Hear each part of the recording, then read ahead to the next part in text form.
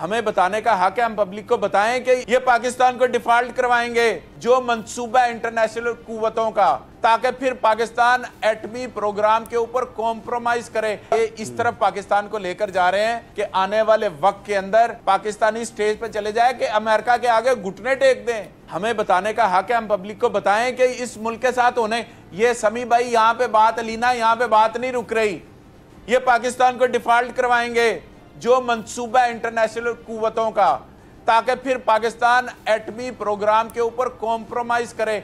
ये मेरी आज की बात लिख लें, ये ऐसा होना है, इन्होंने करना है। मेरे मुंह में खाक कि कभी पाकिस्तान इस नैज पे आए, बट जो नजर आ रहा है, सामने नजर आ रहा है, ये हालात ऐसे पैदा कर रहे हैं, ये इस तरफ पाकिस्तान को लेकर जा रहे हैं कि आने वाले वक्त के अंदर पाकिस्तानी स्टेज पे चले जाए कि अमेरिका के आगे घुटने टेक दें। ये तो खुद कहते हैं बैगर कैनड भी चूजर। तो ये तो बेकारी आजम है जिसने पाकिस्तान को इस तरफ लगा दिया है।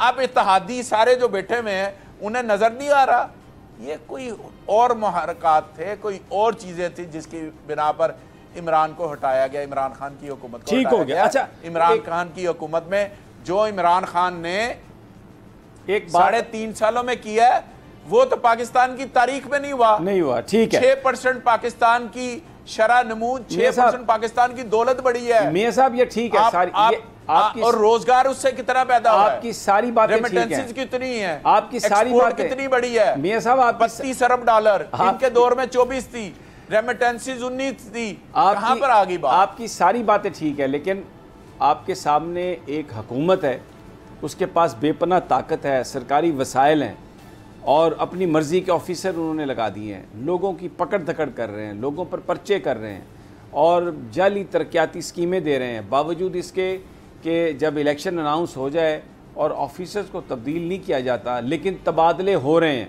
सब जगहों पर अपनी मर्ज़ी की तैनातियाँ हो रही हैं। इतना पूरा बोरियों के मुंह इन्होंने खोल दिए नोटों की, पैसे बांट रहे हैं। कैसे मुकाबला करेंगे? कोई प्लानिंग किस तरीके से आप कर रहे हैं? कुछ हमें बताएं। समी भाई देखें, आप इस वक्त जो एक इंटरव्यू ले रहे हैं वो एक दहशतगर्द का ले रहे हैं जिस पे 4 780A की FIR है। वो आपसे अभी मुखातब है आपके सामने, जिसका नाम मियां असलम इकबाल।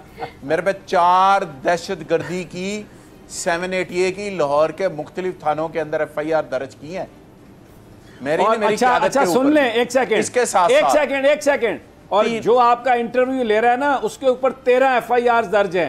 पशीन पे भी दर्ज है, चमन में भी दर्ज है, अटक में भी दर्ज है, सिंध में भी दर्ज है। ये तो FIR का मुकाबला हो रहा है।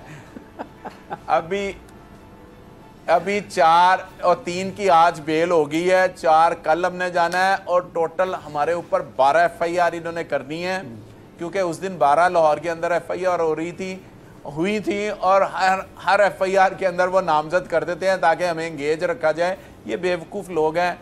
ये इन्होंने हमेशा थाने की, पटवार की, पर्चे की सियासत की है। इसके अलावा नून लीग ने किया क्या है?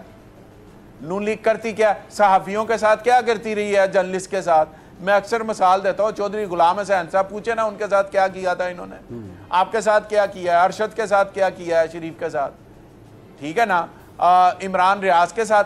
तो ये इनका वतीरा है, इनकी सियासत का मंबा यही है, पटवार, थाना और इसके साथ साथ एक और है जो गांव, जो पिंड होते हैं, जो देहाती इलाके हैं, वहाँ पर मेडिकल लीगल के लिए एक होता है डॉक्टर जिसके ज़रिए ये करते। इसके अलावा तो इनके पास और कोई रास्ता नहीं है। इनकी परफॉर्मेंस आपने देख ली है, इनकी परफॉर्मेंस क्या है। गरीब को 2 वक्त की रोटी नहीं मिल रही। लाहौर के हालात तो देखे भाई, निकल के कितने बुरे लाहौर के इन्होंने हालात कर दिए, पंजाब के कितने बुरे हालात कर दिए हैं। सब्सक्राइब करें और बेल दबाएं ताकि कोई खबर रह न जाए।